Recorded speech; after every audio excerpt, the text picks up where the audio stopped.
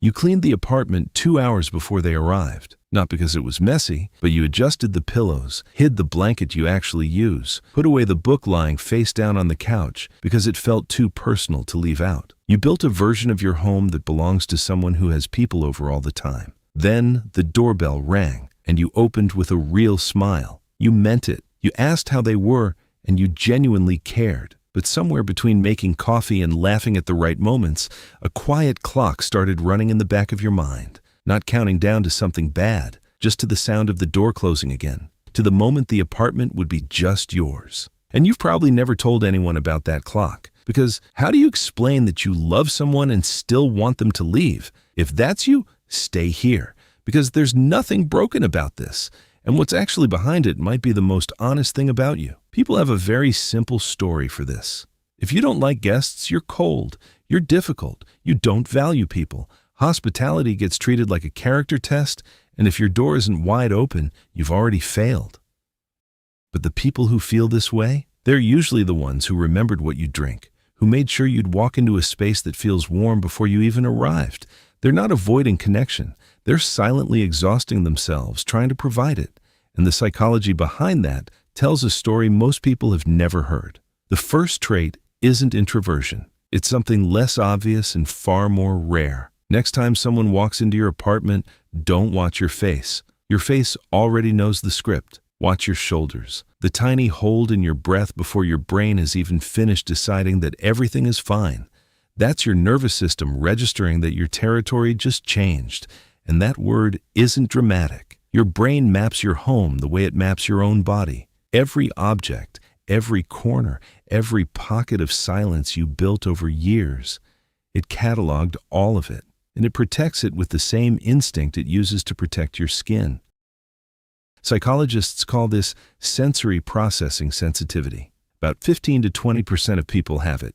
And it means you're not just noticing someone is in your room. You're processing their volume, their rhythm, their mood, the way they open your fridge like it's theirs, the drawer that closes at a time you didn't expect. None of it is wrong. All of it is unscheduled. And your system treats unscheduled input the way a light sleeper treats a sound at 3 in the morning. It's like a smoke detector that triggers for every candle, every warm pan, every gust of wind. Nothing is burning, but your system just keeps scanning. So when someone says, "It's just coffee, relax," they have no idea what they're asking you to override. But here's where it gets uncomfortable, because the second trait is the one most people with this wiring never say out loud. You know exactly what drains you. You feel it in real time, the exact moment a conversation crosses from enjoyable into expensive. Most people don't notice until they crash the next morning. You notice while it's still happening. It's like watching your phone drop from 40 to 15% and knowing there's no charger in the room, except the phone is you. And that awareness is a genuine gift. But here's the trap. Once you learn that people in your space cost energy, your brain starts treating every invitation as a withdrawal before it's even happened. You say no before you've checked whether this particular yes might have been fine. And slowly, that pattern builds walls you didn't mean to build. And sometimes you're sitting there with someone you genuinely love, and the evening is fine, nothing is wrong, and you catch yourself quietly counting the minutes until they leave. And that scares you. It makes you feel like something in you is defective, like wanting someone to go home while you still love them means a piece of you is missing. But that piece isn't missing. Those two feelings were never supposed to cancel each other out. Most people just never taught you that. Now, the third trait. This is the one that sounds strange out loud, but I think you'll recognize it instantly. Your home isn't just where you sleep. It's where you stop performing. The one space where no version of you is being watched or adjusted for someone else's comfort. You've filled it with your actual rhythms over time. The silence between sounds, the temperature you chose, the way your evening unfolds when no one is there to witness it. And the moment someone walks in, that calibration shifts. You become the host. You start scanning. Are they comfortable? Is the silence too long? Do they need something? You're performing ease while your brain runs logistics behind the scenes. Hosting in your own sanctuary is like giving a presentation in the one room where you usually get to take off the suit. That's why the same person who can handle 4 hours in a loud restaurant feels drained after 90 minutes with a friend on their own couch. The restaurant was never tuned to them. There was nothing to lose, but the couch was calibrated space, and someone just retuned it without asking. If you're still here, I want to pause for a second.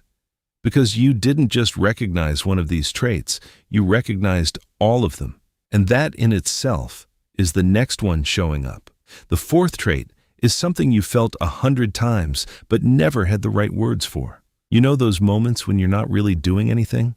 Staring out the window, sitting with your coffee longer than you need to, lying on the floor for no reason. And something is happening inside you. Not a clear thought, more like a thread your mind is quietly following. Something slowly untangling. And then the doorbell rings, and the thread snaps, not paused, gone.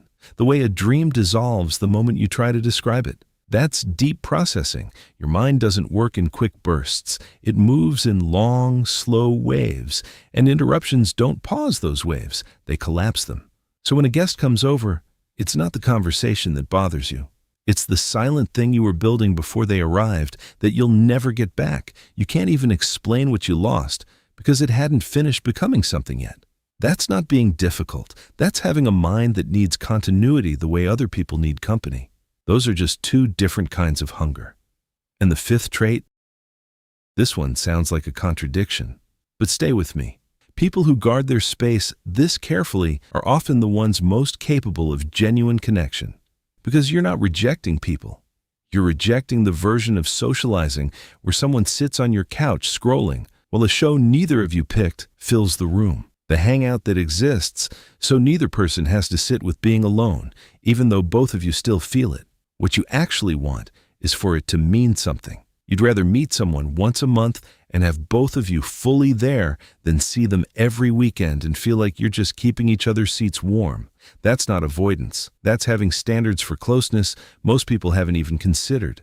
And funny enough, the people who say you'd never have anyone over, they're often the same ones who fill a room with noise and still feel alone when it's quiet. You just stop pretending that arrangement works.